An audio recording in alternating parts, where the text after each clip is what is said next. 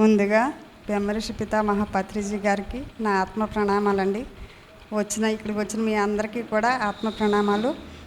మాది ఈస్ట్ గోదావరి జిల్లా నిడదవోలండి. నేను ధ్యానంలోకి వచ్చి 12 సంవత్సరాలు అవుతుందండి. వచ్చిన దగ్గర నుంచి నా వర్క్ నేను చేస్తూనే ఉన్నాను. ఎవరి గురించి ఎప్పుడు ఆగలేదు, ఏది మానలేదు. నాకు ధ్యానం చేస్తే లోపల చెయ్యాలనిపించినదల్లా చేసేస్తూ ఉంటాను. ఎవరి గురించి ఆగను. ఏం పేర్లు పెట్టినా అవి అసలు వినపడవు, నాకు వినిపించినా పట్టించుకోను. అలాగే ఉన్నప్పుడే మన ఎదుగుదల బాగుంటుంది. మనల్ని పేర్లు పెట్టడానికి ఎంతోమంది ఉంటారు, వాళ్ళని అన్నీ లెక్క చేస్తే మనం ఏం చేయలేమండి. మనం ఎంతమందికి ధ్యానం కొత్తగా చెప్పాం, ఎంతవరకు చేస్తున్నాం, ఏం చేస్తున్నాం అని ప్రతి ఒక్క పిరమిడ్ మాస్టరు ఆలోచించాలి. ప్రతి ఒక్కళ్ళు వర్క్ చేయాలి. అప్పుడే ఇదంతా ధ్యానమయం చేయగలం. ధ్యానాన్ని అందుకుంటే లోపల ఉన్న ఆనందం దేనిలోనూ ఉండదు. నేను ఇంట్లో మా వారు తిడతారని అబద్ధం చెప్పి కూడా నేను చుట్టాలింటికి వెళ్ళానని అబద్ధం చెప్పి ధ్యానం క్లాసులు చెప్పి వచ్చేదాన్ని. అంత ఆనందం ధ్యానంలో ఉందని తెలుసుకుని దాన్ని నేను అసలు ఎప్పుడు వదలలేదు, ధ్యానాన్ని ఎప్పుడు వదలలేదు. ధ్యానం కొన్నాళ్ళు మనం పట్టుకుంటే ఆ ధ్యానం మనల్ని ఇంకా వదలదు.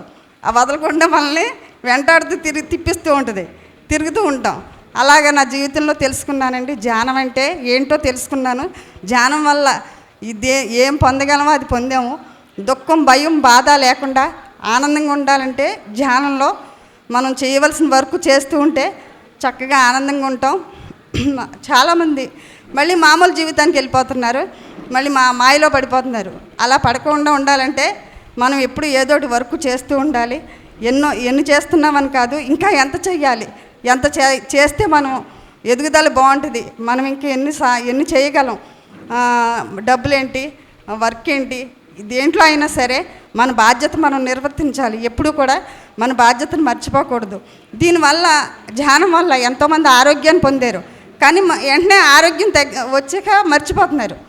ఈ ఆరోగ్యం వచ్చేసింది, నాకు నిద్ర పట్టేస్తుంది, నాకు కాళ్ళు నొప్పులు తగ్గినాయి అని మర్చిపోతున్నారు. అలా మర్చిపోతే మళ్ళీ మొదటికి వచ్చేస్తారు. ఎవరైనా సరే ఎప్పుడైనా సరే ధ్యానం వల్ల నేను ఇంత లాభం పొందానని ఎప్పుడు మనలో గుర్తు ఉంచుకోవాలి. ప్రతి ఒక్కళ్ళు చేయవలసిన బాధ్యత మనం చేస్తూ ఉండాలి. అదే ధ్యాన జీవితం అండి. అద్భుతమైన జీవితాన్ని మనం అందుకుంటున్నాం ఈ ధ్యానం వల్ల. అందుకున్నాం అందరూ.